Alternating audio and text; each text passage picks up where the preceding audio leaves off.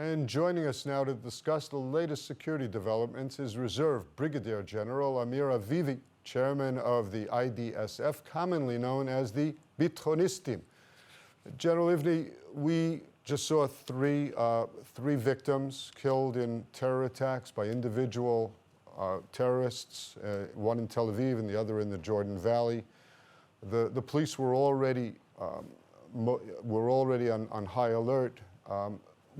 What do you have to say to the population as far as personal security today?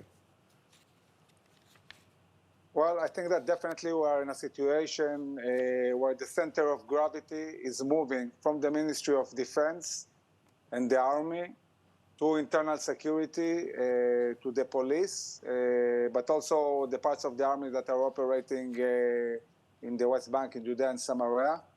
I think that at the moment, the defense establishment is bringing as many forces as possible to reinforce the security in all the region. The police has brought its reserve units. The army is sending battalions to patrol some of the cities and assist the police in any place the police feels they need reinforcement and assistance.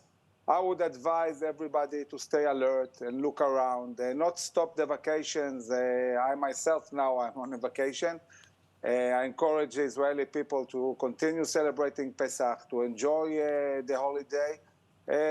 But having said that, also to be alert and watch around because we know we have this lone wolf. We also know that Iranians, the Hamas, Islamic Jihad, all of them are concentrating efforts to carry out more attacks.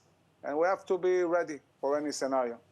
There was a call by the police chief for Israelis who are licensed to carry weapons to do so this week. Would you advise that? Would that be a good idea at this time?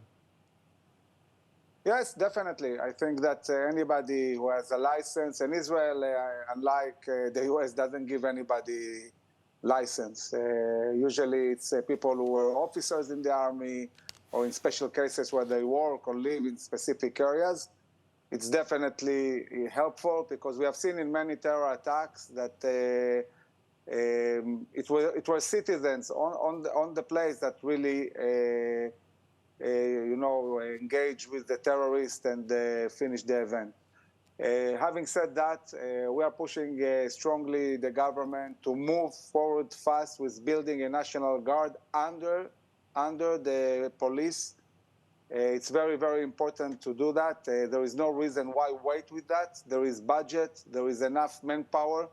We have tens of thousands of Army reservists who are not serving. The Army has shrunk dramatically its reserve forces, and we have a young generation more than ready to join the Border Patrol, the police, and assist in securing the cities and towns. Well, how would you have deployed or suggested possibly to deploy that new guard differently than the police have been deployed until now? What could have been the difference, for example, this week if we had that National Guard?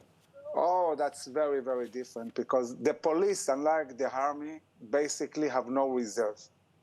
The army is based on huge amounts of reserve and the police have nothing.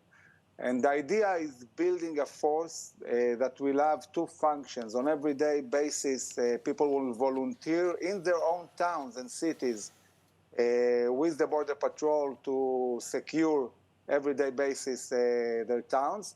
But in times like that, the same people will be brought in reserve under the Border Patrol as policemen, as Border Patrol, and immediately we can grow our forces from a few thousands to tens of thousands and maybe even more.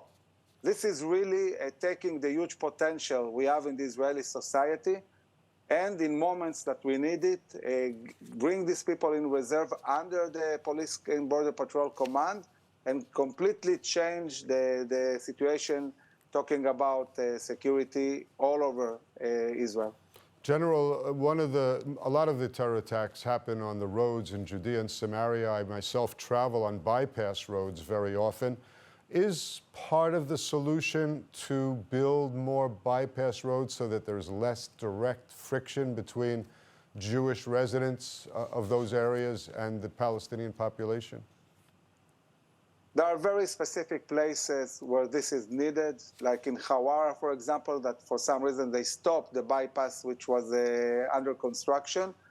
During Oslo, in most of the areas, this was already done. And I think that it's not the only solution.